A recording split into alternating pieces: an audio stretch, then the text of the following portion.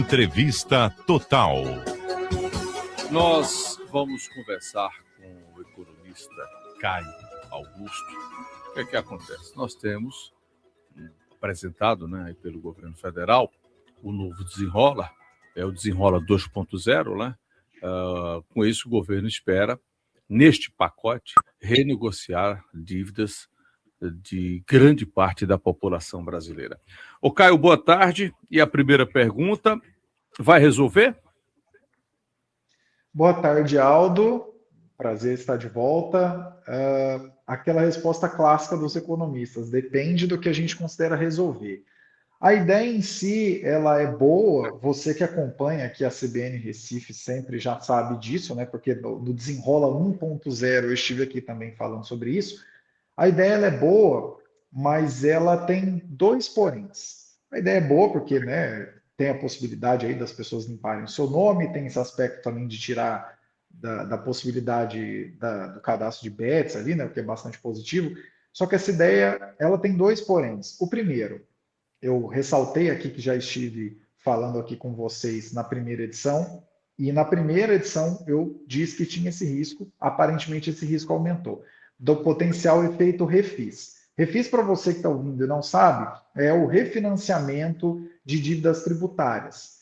Qual que é o problema do efeito refis? O problema é que empresas muito grandes e com escritórios de advogados muito poderosos, elas vão de refis em refis, segurando o pagamento de certos impostos, né? Porque é aquele famoso, estou devendo isso, eu acerto agora nesse refis, depois eu devo de novo porque vai ter outro refis. É claro que é diferente o endividamento das famílias e os impostos devidos das empresas, mas há possibilidade, sim, de que as pessoas passem a contar com esse refis de tempos em tempos, o que é ruim.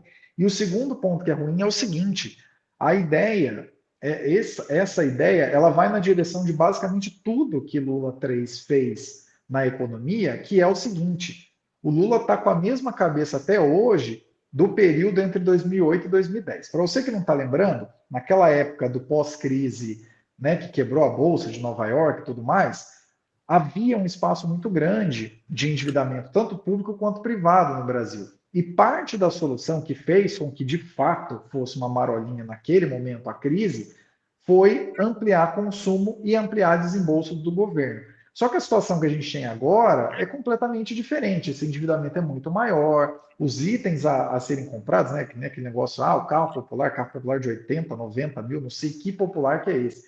Mas o carro popular está muito mais caro, os itens são diferentes e as famílias já estão mais endividadas.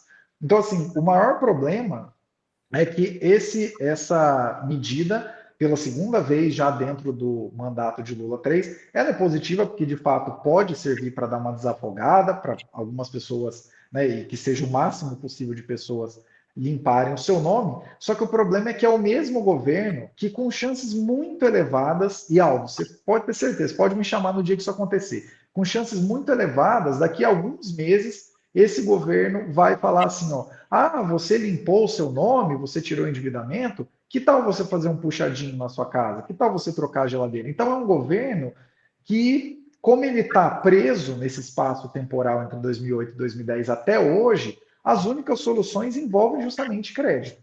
Lado bom, ter algum programa que pode servir aí como boia, né, de salvação no endividamento num grau mais elevado, mas lado ruim, aparentemente, e o que me faz pensar isso aqui, estamos na segunda edição disso, ainda no mesmo mandato, né, ainda no Lula 3, a impressão que dá é que não vai parar por aí. E daqui a pouco esse governo, que agora se diz super preocupado com o endividamento das famílias, vai estar sugerindo para você entrar em alguma dívida nova. Tá mais para populismo, projeto eleitoreiro ou para solucionar o problema da vida dos endividados? Pode ser que solucione, Aldo, mas é uma coisa de muito curto prazo. Uma coisa que talvez, né, isso é um ponto que é muito questionado, mas se isso não resolve, o que poderia resolver? O Brasil ele é muito famoso nas últimas décadas por ter várias campanhas educacionais, por exemplo, a respeito de uso de preservativos, a respeito de vacinação. Então, assim, não é como se fosse impossível.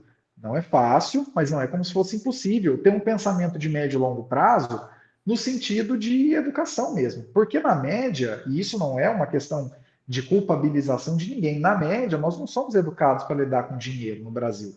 Então, assim, poderia ter uma grande campanha. Quer ver? Uma coisa muito simples. Você que está ouvindo aqui, quando você vai tirar o extrato no banco, você já reparou que você vê assim, ó, o dinheiro que você tem na conta e o cheque especial? Aquele cheque especial não é que o banco acha você muito especial, é um crédito que o banco pode te conceder caso você fique negativo. Isso pode parecer uma coisa muito básica, mas em um universo de pessoas que considera que crédito é igual a dinheiro, faz diferença se você saber que você tem R$ 1.000 na conta e você tem R$ 8.000 de crédito ali no cheque especial. Nossa, eu sou muito especial. Não, cara, você tem R$ 1.000.